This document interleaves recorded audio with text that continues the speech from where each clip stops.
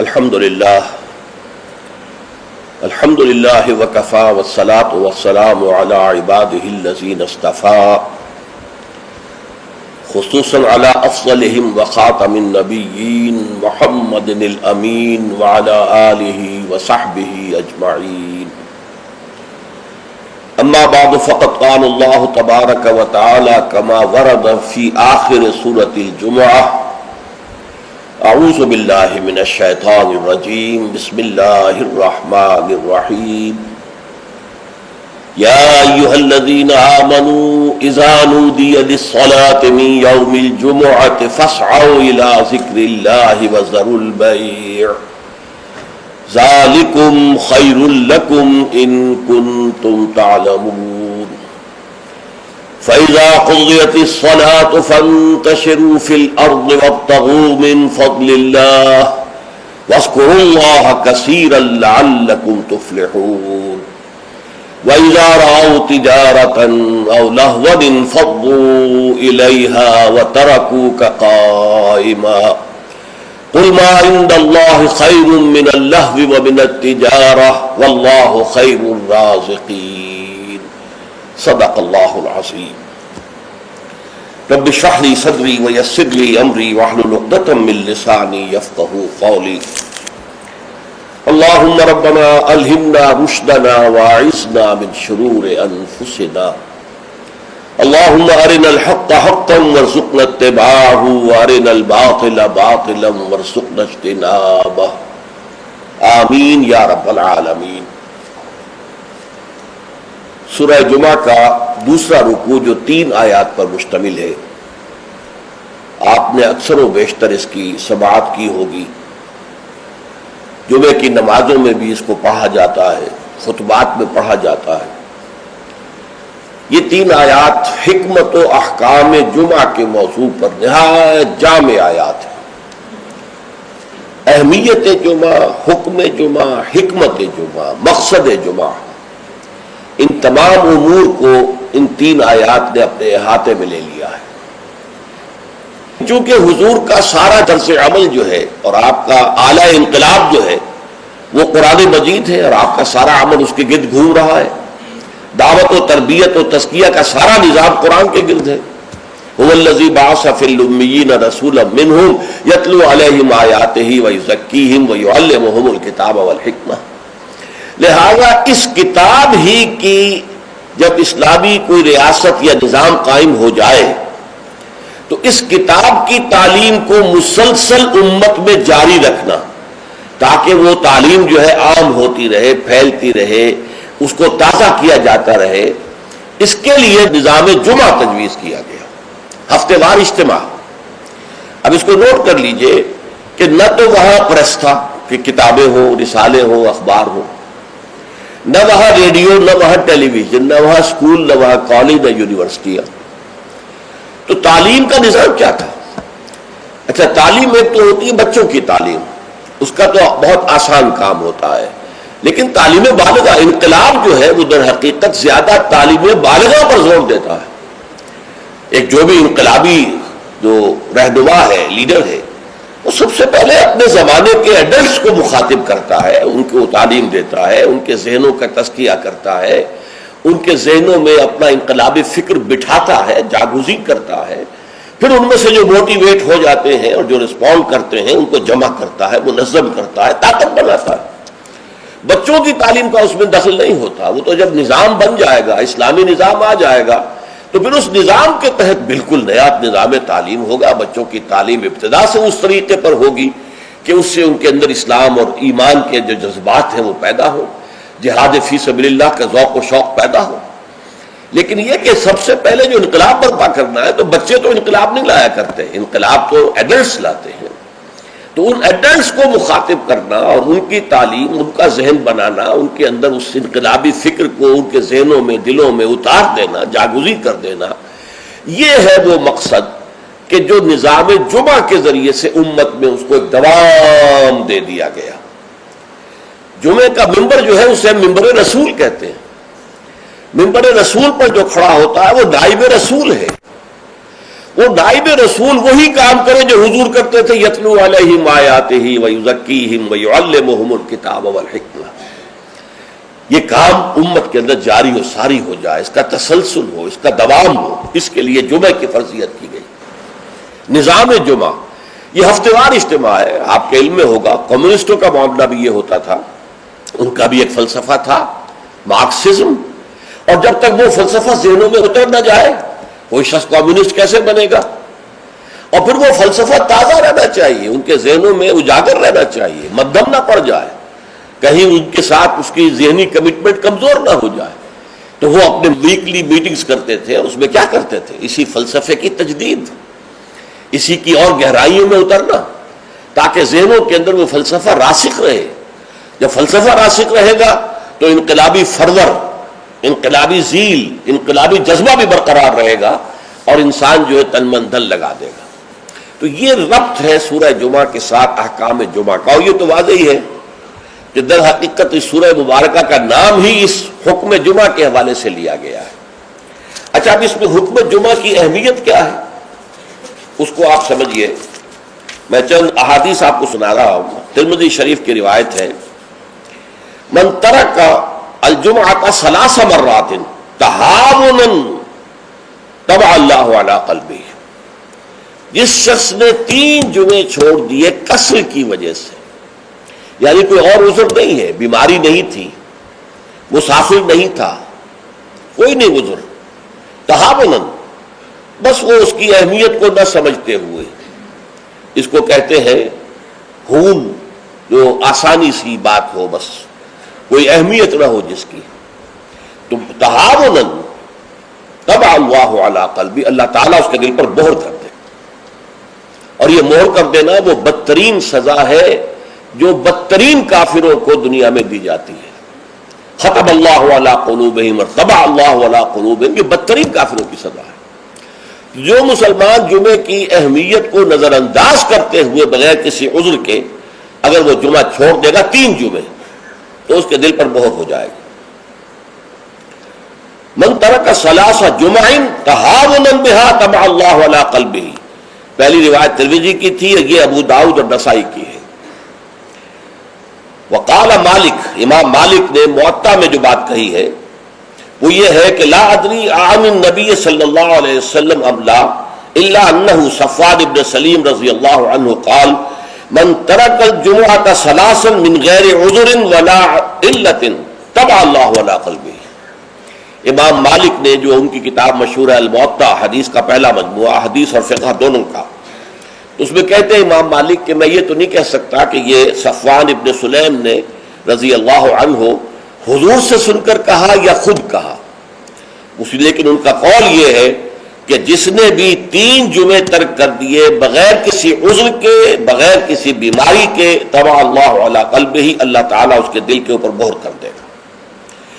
سب سے سخت حدیث یہ صحیح مسلم کی ہے، عبداللہ ابن عمرو بن العاص اور ابو ہریرہ دونوں سے مروی ہے رضی اللہ تعالی عنہما، انہما سمع النبی صلی اللہ علیہ وسلم. یہاں بالکل یہ مرفوع حدیث ہے کہ ان دونوں نے سنا حضور سے یہ فرماتے ہوئے، لَيَنْتَهِيَنَّ أَقْوَامٌ مِّنْ غَدَرِ الْجُمُعَاتِ أَوْ لَيَخْتِمَنَّ اللَّهُ عَلَىٰ قُلُوبِهِمْ ثُمَّ لَيَكُونُنَّ مِنَ الْغَافِلِينَ.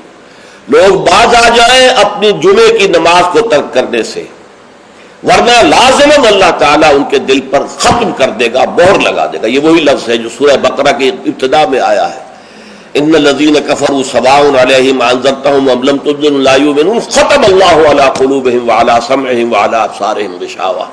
پھر وہ غافلوں میں سے ہو جائیں گے.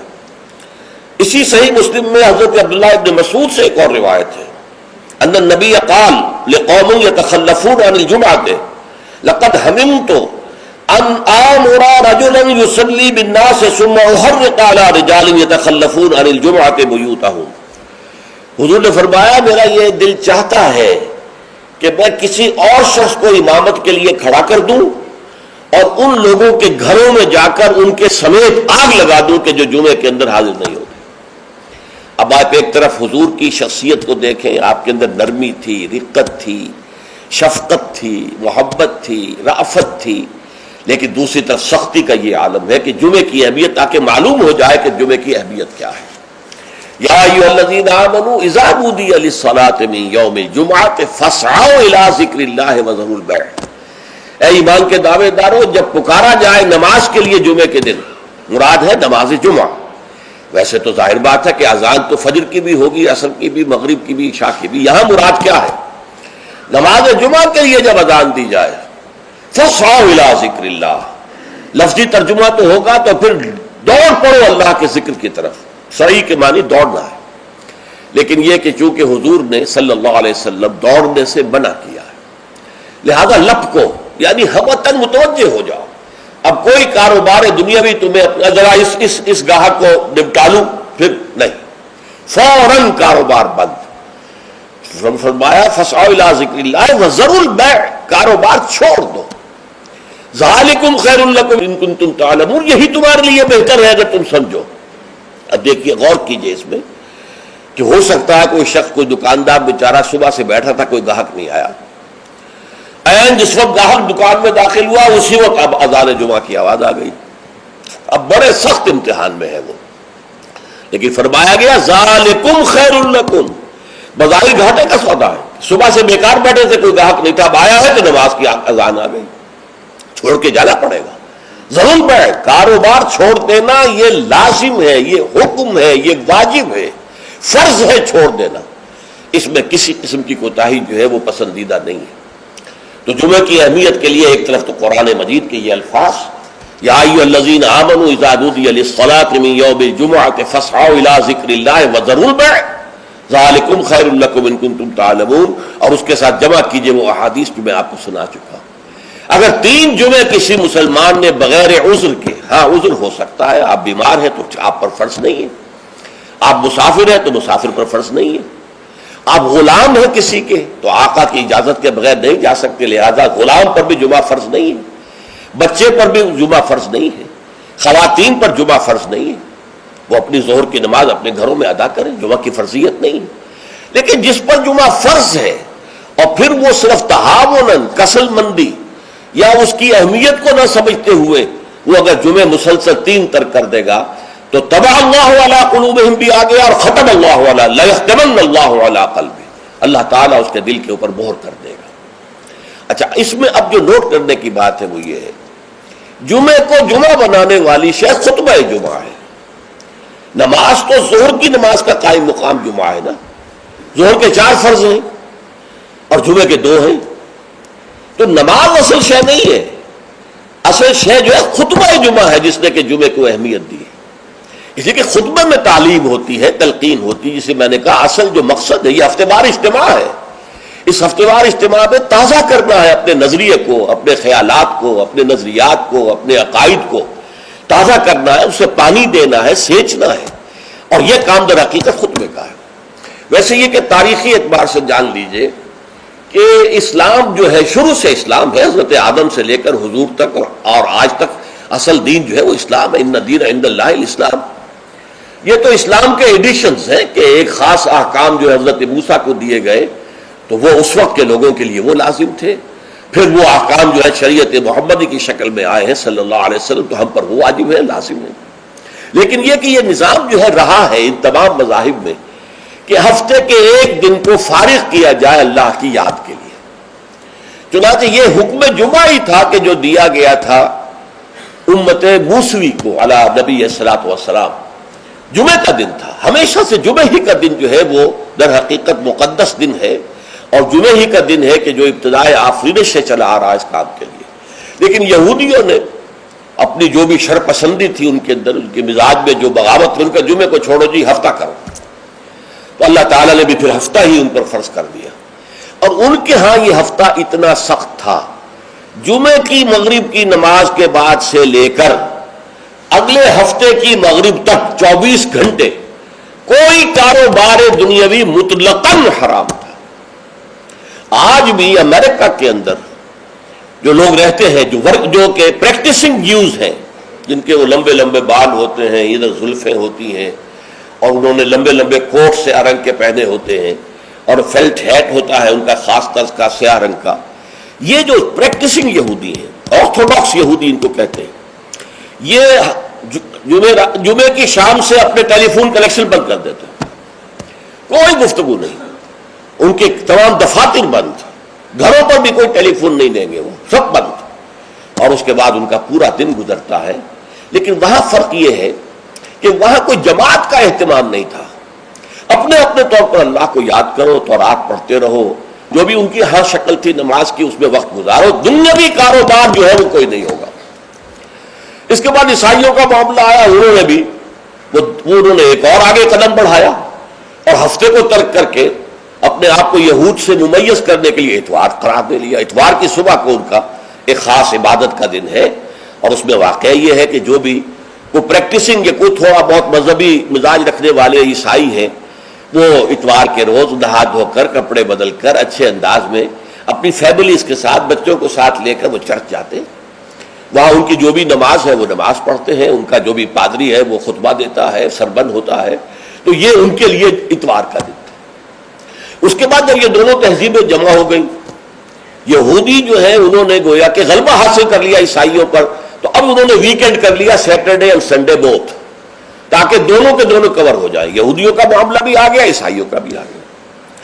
حضور صلی اللہ علیہ وسلم کی امت کے لیے دو کام کیے گئے، ایک تو گویا کہ منفی ہوگا، ایک مثبت ہوگا۔ منفی کام یہ کہ پورے دن جمعے کے کاروبار کو حرام نہیں کیا گیا، بلکہ حرام کاروبار ہے صرف اذان جمعہ سے لے کر جمعے کی نماز کے ادا ہو جانے تک، بس اس دوران میں کاروبار دنیاوی مطلقاً حرام، کوئی کاروبار، آپ جائز سے جائز کاروبار کر رہے ہیں، صحیح سے صحیح کاروبار کر رہے ہیں، لیکن وہ بھی حرام ہے اس وقت اگر آپ نے کیا ہے جبکہ جمعے کی اذان ہو چکی ہے اور جبکہ نماز ابھی ادا ہو رہی ہے، اس دوران حرام۔ لیکن باقی دن کے اندر حرمت نہیں رکھی ہے، البتہ میں ابھی آپ کو بتاؤں گا۔ تشویق یہ ہے کہ صبح سے لے کر جمعے تک کا وقت جو ہے یاد الہی میں بسر کیا جائے، تشویق اور ترغیب ہے، اس لیے کہ اگلی آیت میں ہم پڑھیں گے کہ جب جمعہ کی نماز ادا ہو چکے تو تم منتشر ہو سکتے ہو زمین میں اور جاؤ اور اپنے کاروبار میں لگ جاؤ۔ لیکن جمعہ سے قبل کے بارے میں کچھ نہیں کہا، نہ تو یہ کہا کہ کاروبار نہیں کر سکتے، نہ یہ کہا کہ کرو جاؤ تمہیں اجازت ہے، نہیں، وہاں سکوت اختیار کیا قرآن نے۔ فَإِذَا قُضِيَتِ الصَّلَاةُ فَانتَشِرُوا فِي الْأَرْضِ وَابْتَغُوا مِنْ فَضْلِ اللَّهِ، جب نماز ادا ہو چکے تو تم زمین میں منتشر ہو سکتے ہو۔ یہاں پر بھی اگرچہ وجوب کا لفظ آیا ہے کہ فَانتَشِرُوا، منتشر ہو جاؤ، لیکن یہاں جو ہے مانا ہے تمام علماء نے کہ یہ وجوب جو ہے یہ کسی شے کی فرضیت کے لیے نہیں ہے کہ لازماً جمعے کے بعد منتشر ہو جانا ضروری ہے، بلکہ استحباب ہے، جا سکتے ہو، اجازت ہے، مباح ہے۔ کاروبار کی حرمت کا معاملہ ختم ہو گیا جیسے ہی جمعے کی نماز ادا ہو چکی، اب آپ جائیں اپنے دفتر میں جائیں، اپنے کاروبار میں جائیں، اپنی دکان پر جائیں، کوئی اعتراض نہیں۔ لیکن یہ ہے کہ جہاں تک پہلے کا وقت ہے اس کے بارے میں کوئی بات نہیں آئی، یہ احادیث میں آئی ہے اور اسے تبکیر کہتے ہیں۔ پسندیدہ یہ ہے کہ جمعے کی صبح ہی سے انسان جو ہے وہ اس کام میں مصروف ہو جائے جو کام یہودیوں کے ہاں تھا پورے یوم سبت میں، اسے تبکیر کہتے ہیں۔ ایک حدیث موجود ہے حضور صلی اللہ علیہ وسلم کی تشویق کے ترجمے میں، حضرت مالک لائے ہیں اسے، ان مولا ابی بکر ابن عبد الرحمن ابن ابی صالح سمان عن ابی ہریرہ ان رسول اللہ صلی اللہ علیہ وسلم قال من اغتسل یوم الجمعۃ غسل الجنابت، جس شخص نے جمعے کے روز غسل کیا، وہ جو کہ ناپاکی جنابت کی حالت میں غسل کیا جاتا ہے، کمپلیٹ غسل، اچھی طرح غسل، ثم راح فی الساعۃ الاولی، پھر جو شخص پہلی گھڑی میں پہنچ گیا مسجد میں، فکأنما قرب بدنۃ من، تو ایسے ہے کہ جیسے اس نے ایک اونٹ قربان کیا اللہ کی راہ میں، صدقہ دیا۔ ومن راح فی الساعۃ الثانیۃ، جو دوسرے گھنٹے میں دوسری گھڑی میں گیا، فکأنما قرب بقرۃ، تو ایسے ہے جیسے کہ ایک گائے اس نے اللہ کی راہ میں صدقہ کر دی اور ذبح کر دی، خیرات کر دی۔ ومن راح فی الساعۃ الثالثۃ، اور جو تیسری گھڑی میں تیسرے گھنٹے میں گیا، فکأنما قرب بشاۃ او قرن، پھر یہ اس کے برابر ہوگا کہ گویا کہ کسی نے ایک بکری اللہ کی راہ میں ذبح کر دی، صدقہ کر دی، یا کوئی میڈھا کر دیا۔ ومن راح فی الساعۃ السابعۃ، اور جو گیا چوتھے گھنٹے میں چوتھی گھڑی میں، فکأنما قرب دجاجۃ، تو تو یہ اس کے برابر ہے کہ گویا کہ اس نے ایک مرغی جو ہے اللہ کی راہ میں دے دی، خیرات کر دی۔ ومن راح فی الساعۃ الخامسۃ، اور جو 5ویں ساعت میں گیا فکانما قرب بیضۃ، تو وہ ایسے ہے گویا کہ اس نے ایک انڈا اللہ کی راہ میں خیرات کر دیا۔ فاذا خرج الامام، تو جب امام نکل آئے، حضرت الملائکہ یسمعون الذکر، تو اب فرشتے، ایک اور روایت میں الفاظ آئے ہیں جو فرشتے بیٹھے ہوتے ہیں حاضری درج کرنے کے لیے، فلاں آ گیا، فلاں آ گیا، یہ 4تھی ساعت میں آیا، یہ 3ری میں آیا، یہ 2ری میں آیا، یہ 5ویں میں آیا، تو فرشتے اپنے وہ رجسٹر بند کر کے، اور وہ خود الذکر، یعنی وہ جو امام اور خطبہ دیتا ہے وہ الذکر ہے، اس خطبے کی طرف وہ ہمتن متوجہ ہو جاتے ہیں۔ چنانچہ ایک تو یہ بات جان لیجئے کہ اس کے بارے میں امام الہند حضرت شاہ ولی اللہ دہلوی رحمۃ اللہ علیہ کی رائے ہے کہ اس سے مراد یہ نہیں ہے کہ فجر کی نماز کے بعد، طلوع آفتاب کے بعد پہلا گھنٹہ، پھر اس کے بعد دوسرا، پھر اس کا تیسرا، پھر اس کا چوتھا، 5واں، بلکہ یہ زوال کے بعد سے خفیف ساعات ہے، یعنی زوال سے وقت شروع ہوا، سورج جو ہے وہ نصف النہار سے ذرا ڈھلکا لدنو کی شمس، تو اس کے ساتھ ہی جمعے کا وقت شروع ہو گیا، تو اس وقت سے پہلی ساعت، دوسری ساعت، گویا کہ یہاں ساعت سے مراد گھنٹہ نہیں ہے بلکہ کوئی اور لطیف قسم کا پیمانہ وقت کا ہے۔ یہ شاہ ولی اللہ کی رائے ہے جو انہوں نے اپنی مصفہ میں بھی اور مصوہ میں بھی، شاہ ولی اللہ کے نزدیک بڑی اہم کتاب جو ہے حدیث کی وہ موطا ہے، انہوں نے اس کی ایک شرح فارسی میں لکھی ہے اور ایک شرح عربی میں لکھی ہے، تو ان دونوں میں انہوں نے یہ رائے ظاہر کی، لیکن بہت سے علماء کی رائے ہے کہ نہیں، جو ہمارا ساعات کا نظام ہے اسی پر اس کو شمار کیا جائے گا۔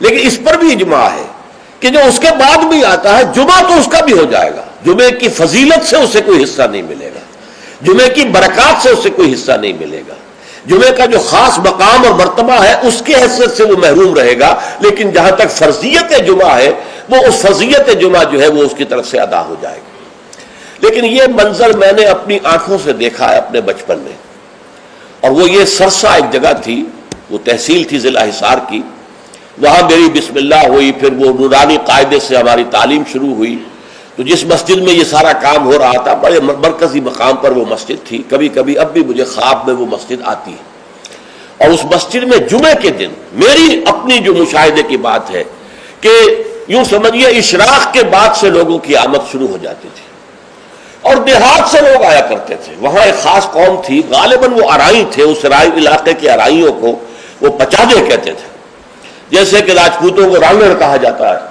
لیکن یہ کہ وہ لوگ آتے تھے اونٹوں پر سوار ہو کر، آس پاس صحرا کا علاقہ تھا، سفید کپڑے، سفید کرتے، سفید ان کے تہبند اور سفید ان کے صافے، اونٹوں کے اوپر سوار چلے آ رہے، اس لیے کہ دیہات میں جمعہ نہیں ہوتا، اور اس وقت اس پر سختی کے ساتھ عمل ہوتا تھا کہ اصل میں جمعہ جو ہے وہ شہر میں ہے، تو وہ آتے تھے، اور مسجد جو ہے وہ بس صبح ہی سے بھر جاتی تھی، کہیں ایک جگہ کوئی شخص کھڑا واز کہہ رہا ہے، کچھ لوگ اس کے گرد جمع ہے، کہیں کوئی شخص بیٹھے ہوئے قرآن خود ہی پڑھ رہا ہے، کوئی نوافل پڑھ رہا ہے۔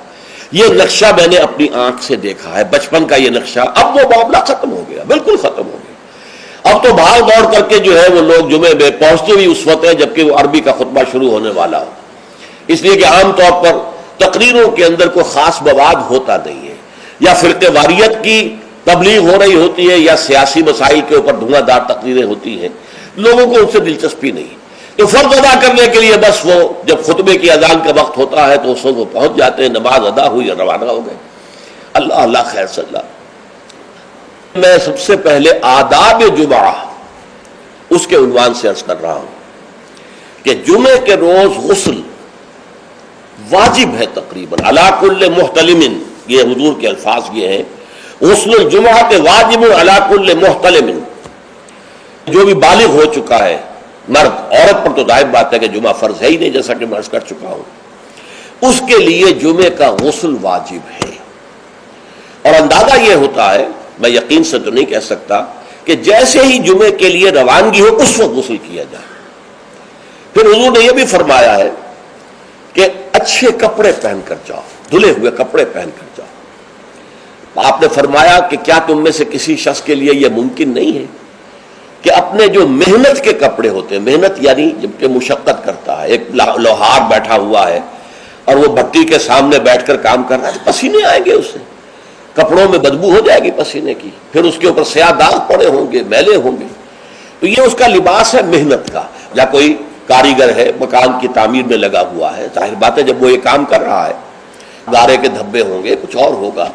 تو حضور نے فرمایا کیا ممکن نہیں ہے تم میں سے کسی کے لیے کہ ایک علیحدہ سے جوڑا جمعے کے لیے رکھ لو، وہ جمعے ہی کے صرف استعمال کیا کرو، وہ تمہارے محنت کے کپڑے نہ ہو کہ جن میں تم محنت اور مشقت کرتے ہو، بلکہ وہ علیحدہ سے ایک جوڑا ہو، اس کو فراہم کر کے رکھ لو. پھر یہ بھی فرمایا گیا کہ تیل لگاؤ، بالوں کے اندر تیل لگاؤ، دہن.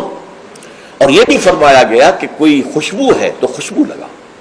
وہ سب کس لیے کہ جو ماحول ہو جمعے کا وہ معطر ماحول ہو، ایسا نہ ہو کہ پسینوں کی بدبوؤں کی وجہ سے طبیعت منغص ہو رہی ہو لوگوں کی، نہیں، بلکہ یہ کہ بڑا خوشگوار ماحول ہو، خوشبو ہو اس کے اندر، اور یہ کہ کپڑے اچھے پہن کر لوگ بیٹھے ہوئے ہوں. بلکہ اسے کہا گیا الجمعۃ عید المسلمین، یہ ہفتہ روزہ عید ہے. در حقیقت یہ مسلمانوں کو عید کی طرح اسے جو ہے وہ منانا چاہیے، سیلیبریٹ کرنا چاہیے. جیسے عید کو آپ کپڑے جو ہے غسل کرتے ہیں، صبح کپڑے بدلتے ہیں، خوشبو لگاتے ہیں، پھر جاتے ہیں مسجد کو، عیدگاہ کو، ایسے ہی معاملہ ہونا چاہیے جمعے کا. یہ عید المسلمین ہے، یہ گویا کہ ہفتے وار عید ہے مسلمانوں کی.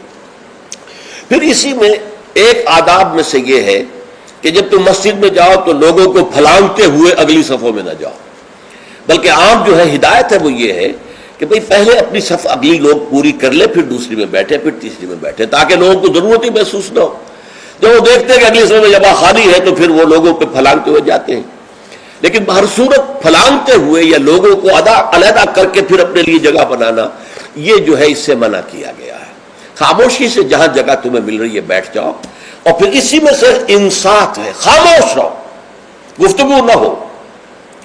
یہاں تک کہ حضرت ابو ہریرہ سے یہ روایت ہے ترمذی اور نسائی اور دوسری کتابوں کے اندر، ان رسول اللہ صلی اللہ علیہ وسلم قال اذا قلت لصاحبك یوم الجمعۃ انصت والامام یخطب فقط لغوت. دو آدمی گفتگو کر رہے، آپ تیسرے آدمی ہیں، آپ سن رہے، آپ ان سے کہتے ہیں خاموش ہو جاؤ، تو تم نے بھی لغو کام کیا. انہیں منع کرنے کے لیے بولنا بھی پسندیدہ نہیں ہے، خاموش رہو، اشارے سے کہہ دو. لیکن تم نے اگر آواز نکالی جبکہ امام خطبہ دے رہا ہے، امام کے خطبے کی طرف ساری توجہ، اس جمعے کی ساری حیثیت جو ہے وہ اسی خطبے کی وجہ سے، لہذا اس میں آپس میں گفتگویں کرنا، اس طرح کی چیزیں جو ہے وہ بالکل غلط ہیں، آداب جمعہ کے منافی ہیں. جس کی انتہا یہ ہے کہ اگر وہ آپس میں دو گفتگو کر رہے ہیں اور آپ انہیں روکنے کے لیے بھی زبان کھولیں، انصت، خاموش ہو جاؤ، تو یہ بھی فقط لغو تھا، تم نے بھی ایک لغو حرکت کی. بلکہ اشارے کنایت سے کہہ دیا جائے کہ زبان نہ کھولی جائے. پھر اس میں حضور کیا کرتے تھے، خطبے میں کیا کرتے تھے؟ یہ روایت جو ہے مسلم شریف کی عن جابر بن سمرہ رضی اللہ تعالی عنہ فرماتے ہیں کانت للنبی خطبتان، حضور کے دو خطبے ہوتے تھے، یجلس بینہما، ان دونوں کے درمیان آپ ذرا تھوڑی دیر کے لیے بیٹھتے تھے، جیسے کہ آپ کو معلوم ہے تمام امام جو ہے وہ یہی کرتے ہیں آج. یقرأ القرآن اور یذکر الناس، اور جمعے میں کرتے کیا تھے؟ قرآن پڑھتے تھے اور لوگوں کو نصیحت کرتے تھے، یاد دہانی کرتے تھے.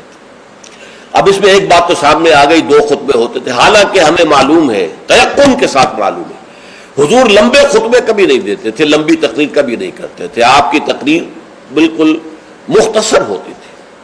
یوں سمجھیے کہ جو ما قل و کفا خیر مما کثر و الہا، کم ہے لیکن وہ کفایت کر جائے. تو بڑی لمبی چوڑی تقریریں جو ہے اس کی اب اس میں فائدہ کیا تھا؟ عربی زبان قرآن کی، عربی زبان حضور کی، عربی زبان آپ کے سامعین کی. لہذا اب بات صرف یہ رہ گئی کہ از دل خیزت بر دل ریزت، دل سے نکلے دل پر اتر جائے.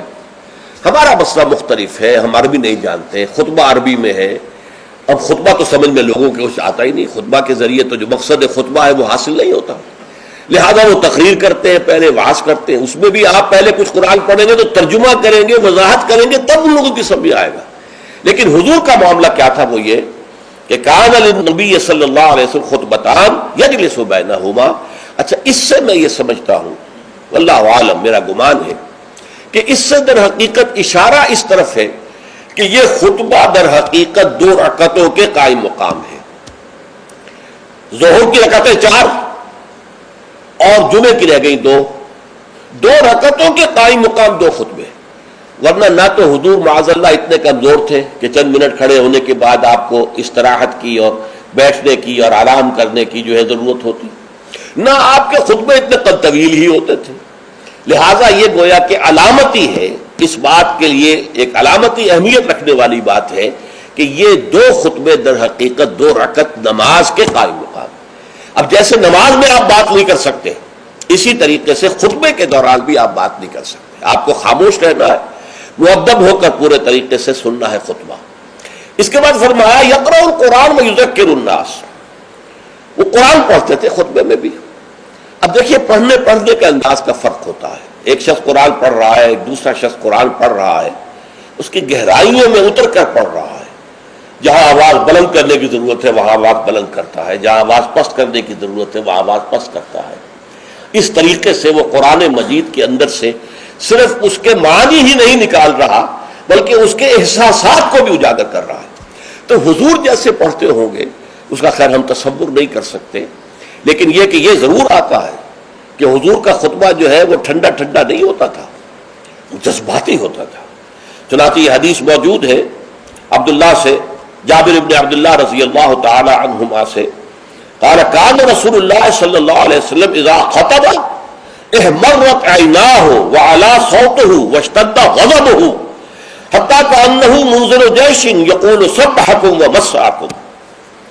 حضور صلی اللہ علیہ وسلم جب خطبہ دیتے تھے آپ کی آنکھیں سرخ ہو جاتی تھی، آپ کی آواز بلند ہوتی تھی اور آپ پر ایک غضب کسی کیفیت داری ہوتی تھی، گویا کہ کوئی سالار ہے، کوئی سپہ سالار ہے جو اپنے لشکر کو بتا رہا ہے کہ وہ دشمن کا لشکر آ چکا ہے، اب یا تو صبح کو تم پر حملہ ہو جائے گا، شام کو ہو جائے گا، تیار ہو جاؤ پوری طریقے سے.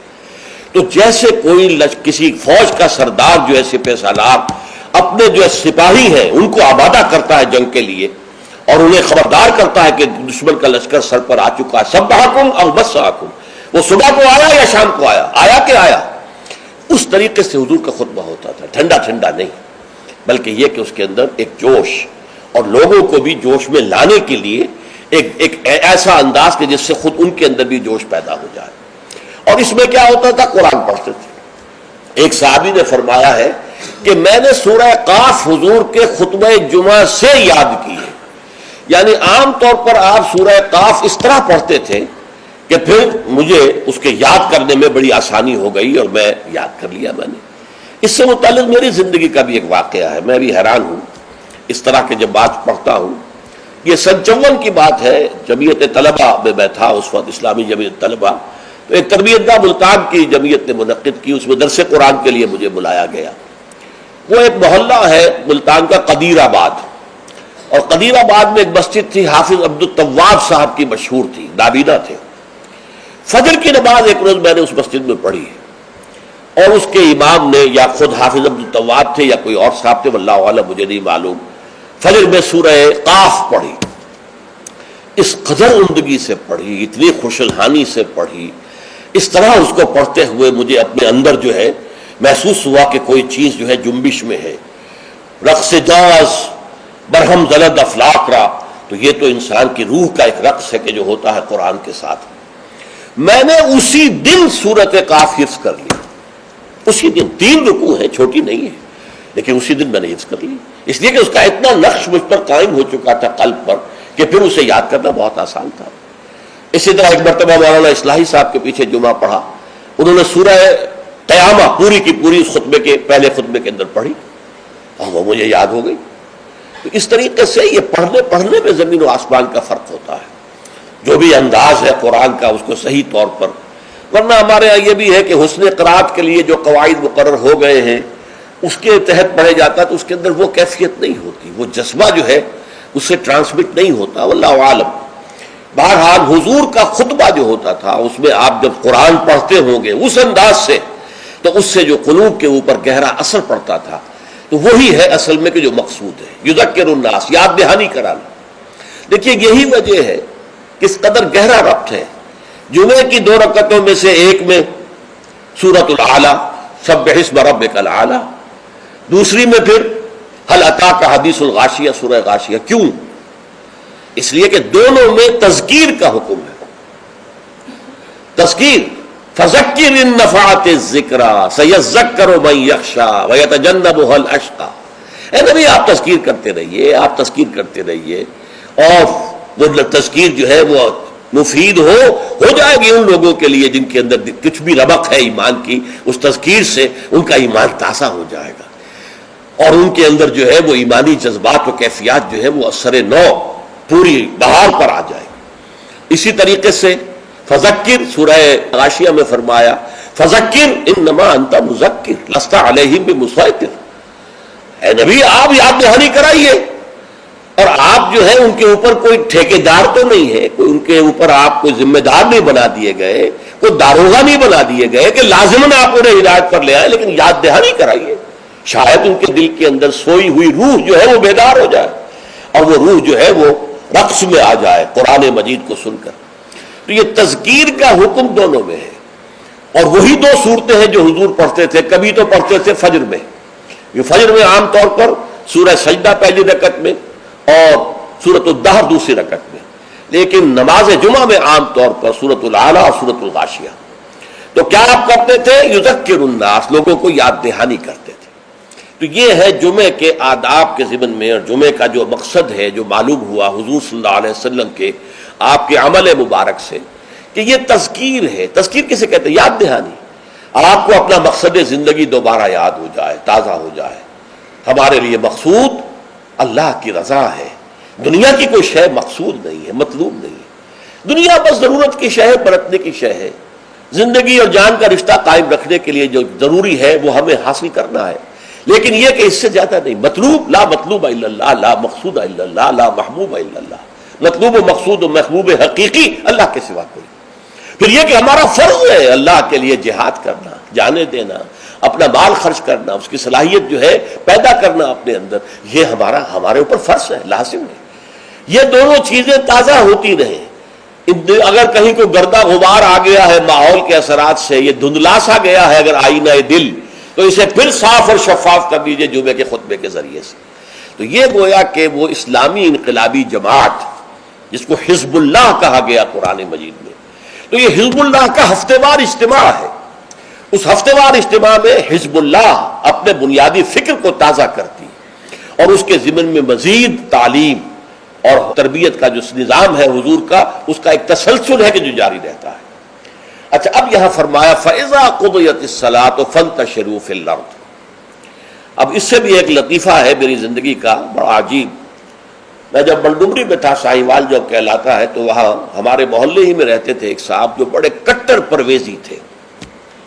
اور پرویز صاحب کا موقف یہ ہے کہ صلاۃ کے معنی ہے معاشرہ قائم کرو، اسلامی معاشرہ. یہ نماز کو انہوں نے خامخواہ صلاۃ کہہ دیا ہے.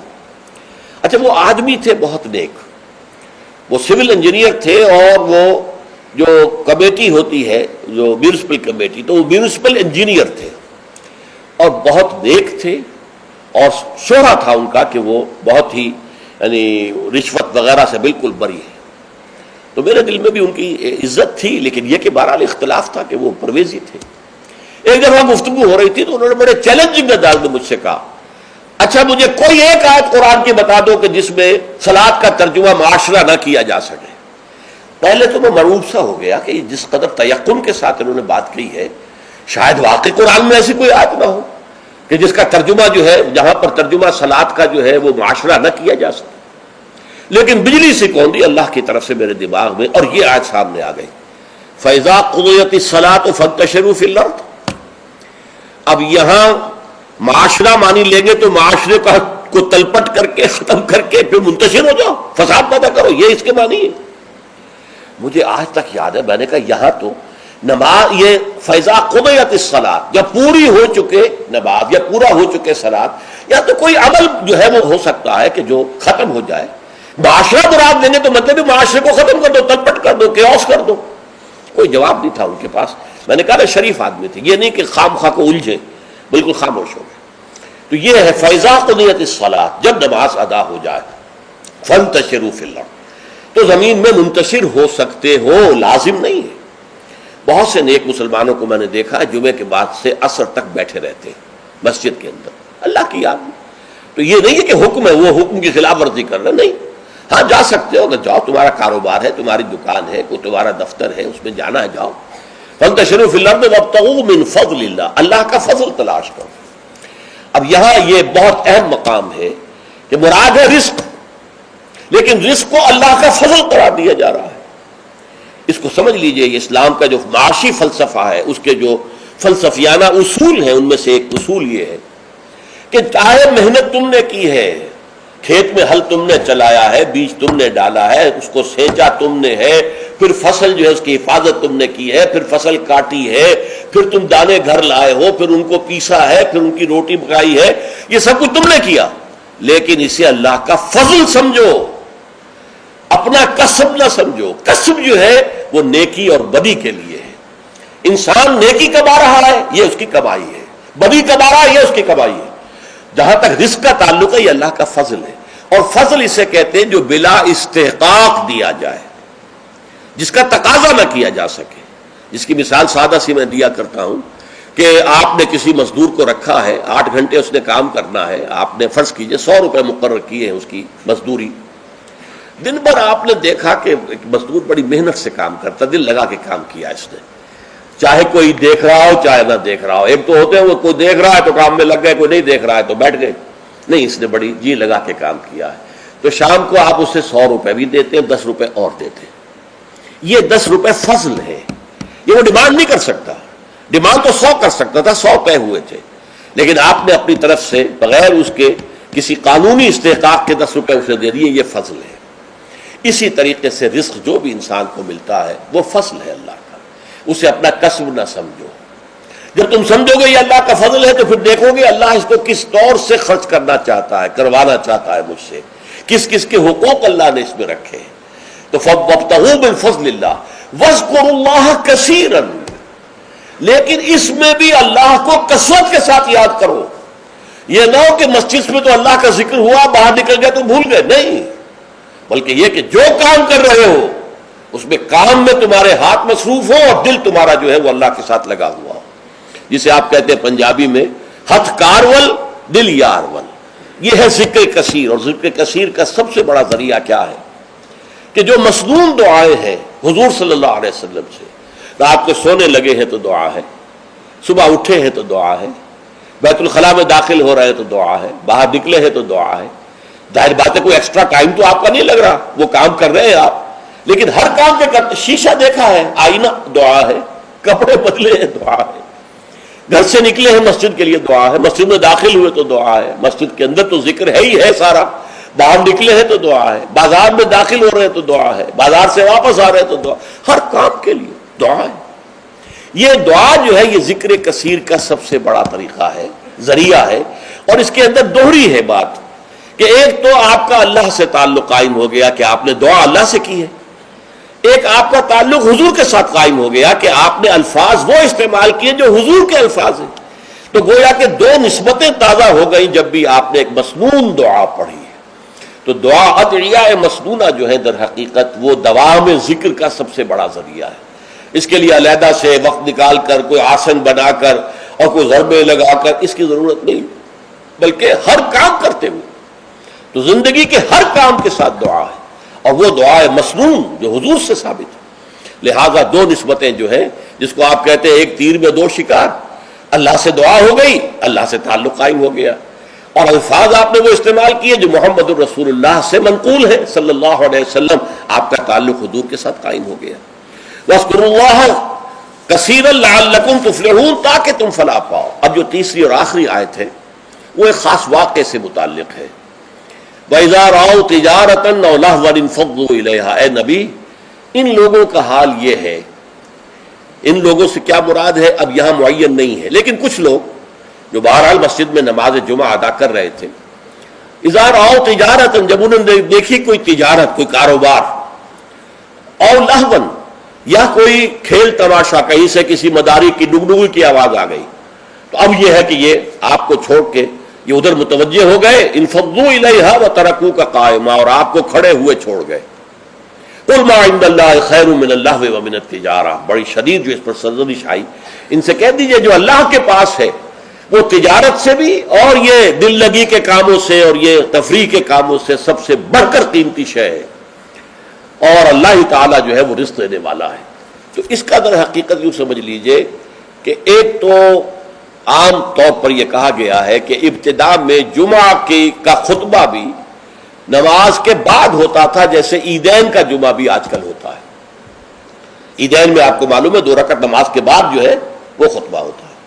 تو ابتدا میں صورت یہ تھی کہ اسی طرح جمعے کا خطبہ تھا، تو کچھ لوگوں نے یہ سمجھا کہ جمعہ تو ادا ہو چکا، خطبے کی اہمیت ان کے سامنے نہیں تھی، اور صورتحال یہ تھی کہ سخت قحط پڑا ہوا تھا، اجناس کی کمی تھی بازار میں، گندم جو وغیرہ دکانیں خالی تھیں۔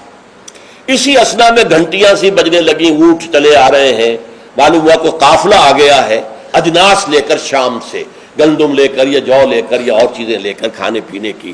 تو ہم لوگوں کو فکر ہوئی جیسے کہ ہمیں ہو جاتی ہے، جلدی جائیں، پتہ نہیں سب لوگ خرید لیں اور ہم رہ جائیں، جو بھی مال آیا ہے، جو بھی اجناس آئی ہیں وہ ختم ہو جائے، ہم رہ جائیں۔ تو اس خوف سے لوگ جو ہے حضور کو کھڑا ہوا، جبکہ ابھی آپ خطبہ دے رہے تھے، اور اگر واقعتاً وہ بات صحیح ہے کہ نماز ادا ہو چکی تھی تو خطبہ جو ہے وہ بات کی انہوں نے اضافی شے سمجھی، اس کی کوئی اہمیت نہ سمجھی، وہ چلے گئے۔ تو میں اسی روایت کو زیادہ صحیح سمجھتا ہوں کہ جمعہ جو ہے وہ ابتدا کے اندر جمعے کا خطبہ بھی نماز کے بعد ہوتا تھا، تو لوگ چلے گئے۔ انفضوا الیہا وترکوک قائما، میرے نزدیک یہ کہ اگر نماز ادا نہ ہوئی ہوتی تو مجھے گمان نہیں ہے کہ کوئی ایک شخص بھی وہاں سے نکلتا۔ اچھا، نکلنے والوں میں ظاہر بات ہے کہ سب سے پہلی فہرست پر تو منافقین ہوں گے، جن کے دلوں میں ایمان ہے ہی نہیں، یا ضعیف الایمان لوگ ہوں گے، یا کچھ غافل قسم کے ہوں گے جنہیں خطبے کی اہمیت کا علم نہیں تھا۔ تو اسی اعتبار سے بڑی مناسبت ہے کہ یہ آخری آیت جڑی ہوئی ہے اگلی سورت سے، سورہ منافقون، اور اس میں بھی اذا جاءک المنافقون قالوا نشهد انک لرسول اللہ واللہ یعلم انک لرسولہ واللہ یشہد ان المنافقین لکاذبون۔ تو گویا کہ یہ اس طریقے سے جڑ گئی ہیں دونوں صورتیں، سورہ جمعہ اور سورہ منافقون، اور حضور صلی اللہ علیہ وسلم اسی وجہ سے کبھی کبھی سورہ جمعہ اور سورہ منافقون فجر میں پڑھتے تھے۔ اکثر تو میں بتا چکا ہوں کہ سورہ سجدہ اور سورہ دہر، لیکن کبھی کبھی سورہ جمعہ اور سورہ منافقون پڑھتے تھے، کیونکہ یہ آپس میں جڑی ہوئی ہے۔ وَإِذَا رَأَوْا تِجَارَةً أَوْ لَهْوًا انفضوا إِلَيْهَا، اب یہاں پر لوگوں کی ہدایت کے لیے لہو کا لفظ بھی اضافہ کر دیا گیا۔ جو واقعہ میں نے بیان کیا اس میں صرف یہ کہ گندم یا کچھ اور جو ہے وہ اجناس جو ہے ان کی کمی تھی، اور اس وقت وہ قافلہ آ گیا تو بہت سے لوگ ادھر متوجہ ہو گئے، اور حضور کا جو خطبہ جاری تھا اس کی پرواہ نہیں کی، اس پر سرزنش کی گئی۔ اس سے اضافی فائدہ کیا ہوا کہ خطبے کی اہمیت واضح ہو گئی کہ نماز جمعہ تو ہے ہی خطبے کے لیے، ورنہ نماز تو تم ظہر کی پڑھتے ہو، 4 رکعتیں پڑھتے ہو، اور یہاں تم نے 2 رکعتیں پڑھی ہیں۔ اصل میں تو یہ خطبہ جو ہے وہی ہے در حقیقت جس کے ذریعے سے اپنے انقلابی فکر کو تازہ رکھنا ہے، اپنے انقلابی جذبے کو، جہاد اور قتال کے جذبے کو برقرار رکھنا ہے۔ یہ اس کے لیے ایک نظام تعلیم ہے، تعلیم بالغہ کا نظام۔ اب اگرچہ اس وقت صورت یہ ہے کہ نماز جمعہ کی اور خطبہ جمعہ کی وہ حیثیت الا ماشاء اللہ کہیں کہیں اگر ایسا ہو تو ہو کہ یہ مقصد پورا ہو رہا ہو، ورنہ حقیقت میں نہیں ہوتا۔ یا فرقہ واریت کی بحثیں ہوتی ہیں، ایک دوسرے پر کفر کے فتوے لگتے ہیں، اور یا یہ کہ کچھ سیاسی مزاج کے جو ہے وہ سیاست پر گفتگو کرتے ہیں، تو یہ نہیں ہے۔ لیکن پھر بھی کھنڈر بتا رہے ہیں عمارت عظیم تھی۔ آج بھی مسلمان جس اہتمام کے ساتھ جمعے کے لیے جاتے ہیں، جتنی بڑی بڑی گیدرنگز ہوتی ہیں، کانگریگیشنز ہوتی ہیں، تو اس سے معلوم ہوا کہ محمد کا قائم کردہ یہ نظام صلی اللہ علیہ وسلم کس قدر محکم تھا، اور آج تک بھی بڑا پیارا ہی مصرع ہے، کھنڈر بتا رہے ہیں عمارت عظیم تھی، اگرچہ وہ اصل عمارت تو ختم ہوئی، رہ گئی رسم ازاں روح بلالی نہ رہی، فلسفہ رہ گیا تلقین غزالی نہ رہی، نماز و روزہ و قربانی و حج یہ سب باقی ہے، تو باقی نہیں ہے۔ اللہ کی روح جو ہے تقوی اللہ وہ ختم ہو چکی ہے۔ لیکن یہ ہے کہ پھر بھی یہ کھنڈر جو ہے یہ بھی بتا رہے ہیں کہ عمارت جب تھی قائم تو کتنی عظیم ہوگی، جبکہ اس کے ڈھانچے کے اندر اس کی روح بھی تھی، تذکیر، یاد دہانی، اسلام کے انقلابی جذبات کو تازہ کرنا، اپنے انقلابی فکر توحید کو تازہ کرنا۔ تو یہ گویا کہ حزب اللہ کا ہفتے وار اجتماع تھا۔ بارک اللہ لی ولکم فی القرآن العظیم ونفعنی وإیاکم بالآیات والذکر الحکیم۔